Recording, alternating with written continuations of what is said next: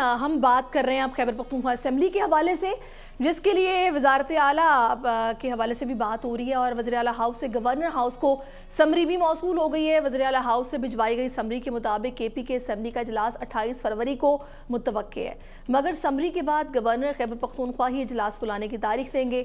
Summary रात 8 बजे के बाद गवर्नर सेक्रेटेरिएट को मौसूल हुई, तहम उस वक्त तक गवर्नर हाउस का स्टाफ जा चुका था। ज़राए ने यह बताया कि गवर्नर खैबर पख्तूनख्वा हाजी गुलाम अली इस वक्त इस्लामाबाद में मौजूद थे और आज पेशावर पहुंचकर किसी भी वक्त समरी पर दस्तखत कर देंगे। फिर हम ये भी देख रहे हैं कि इलेक्शन कमीशन ने खैबर पख्तूनख्वा असेंबली के लिए 5 मखसूस नशिस्तों पर ख़वातीन अरकान का नोटिफिकेशन जारी कर दिया है। नोटिफिकेशन के मुताबिक JU IFA और मुस्लिम लीग नून को 2-2 और पीपल्स पार्टी को 1 नशिस्त मिल गई है। अब सवाल ये है कि क्या खैबर पख्तूनख्वा असेंबली का इजलास 28 फरवरी को हो सकेगा? सुन्नी इत्तेहाद काउंसिल की मखसूस नशिस्तें इलेक्शन कमीशन में ज़ेर समाअत केस के फैसले तक रोकी गई हैं। वो नशिस्तें किसके हिस्से में आएंगी? सुन्नी इत्तेहाद की दरख्वास्त पर आइंदा हफ्ते तक फैसला ना होने पर नशिस्तें दीगर पार्टियों को जाएंगी। इसी पर बात करने के लिए पहले मैं शराजी साहब आपकी तरफ आ जाती हूँ। मुझे ये बताइएगा कि सुन्नी इत्तेहाद वालों ने लिस्टें क्यों नहीं दी, क्यों ये लाइल्म रहे, और अब इलेक्शन कमीशन इस हवाले से क्या सोच रहा है? कोई खबर अंदर की अगर आपके पास है तो दे दें।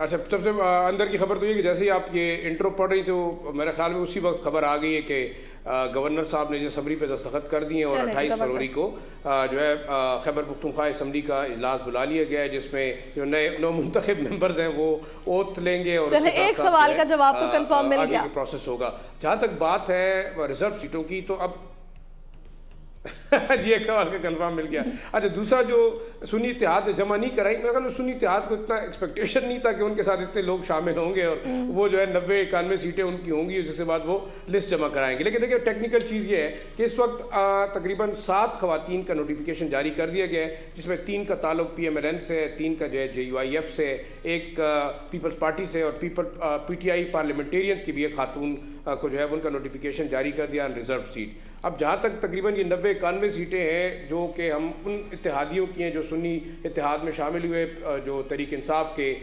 पार्टी लेस जो मेंबर्स थे, और अब 90 सीटों के ऊपर उनको 4.5 की प्रोपोर्शन से खवातीन की रिजर्व सीट मिलनी है। लेकिन अब ये इलेक्शन कमीशन की सवाबदीद पे है, क्योंकि सुन्नी इत्तेहाद ने कोई लिस्ट जमा नहीं कराई और टेक्निकलिटी यही आ रही है कि शायद जो सीटें होंगी या तो वो वेकेंट जाएंगी या फिर इसी प्रोपोर्शन से जो पार्टियाँ जो है जिन पार्टीज के कैंडिडेट्स ने जीती हैं सीटें, तो उनको ये सीटें दी जाएंगी। लेकिन मेरे ख्याल में इस वक्त एक पॉजिटिव चीज़ ये है, अगर आप जमहूरियत को आगे लेके चलना चाहते हैं तो मेरा ख्याल ये है कि वे आउट निकालना होगा। लेकिन कॉन्स्टिट्यूशनल फ्लॉज ज़रूर है इस वक्त तक, क्योंकि हमारे पास किसी तरफ से कानूनी तौर पर कोई बात नहीं बताई जा रही कि आया रिजर्व सीट्स मिलेंगी या नहीं। लेकिन जो इस वक्त तक की सिचुएशन है, इलेक्शन कमीशन उस पर मीटिंग कर रहा है, लेकिन अभी तक वाजे नहीं हो सका कि आया, ठीक है, अभी तक वाजे नहीं हो सका, नहीं कराई तो उनको मिलेंगी या नहीं। लेकिन इसके साथ साथ एक खबर और देना चाहूँगा, एक लाइन मैं आपको ऐड करना चाहूँगा, वो ये है कि इस वक्त एक बाकायदा लिस्ट बना ली गई है तहरीक इंसाफ की जानिब से या सुन्नी इत्तेहाद के उन मेंबर्स की जानिब से, और उसके ऊपर भी जो तहरीक इंसाफ की खवातीन है, जो वर्कर्स खवातीन है, वो काफ़ी सख्त गुस्से में। उसकी वजह ये है कि फिर एक बार बंदर बांट हो रही है। जो PTI की लीडरशिप है सुन्नी इत्तेहाद में जो शामिल है, वो अपनी अपनी मनपसंद खवातीन को जो है ये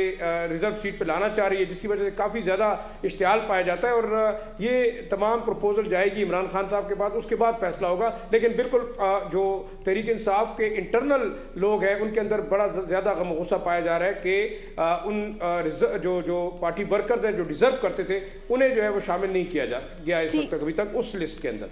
जी सर, सब्सक्राइब करें और बेल दबाएं ताकि कोई खबर रह न जाए।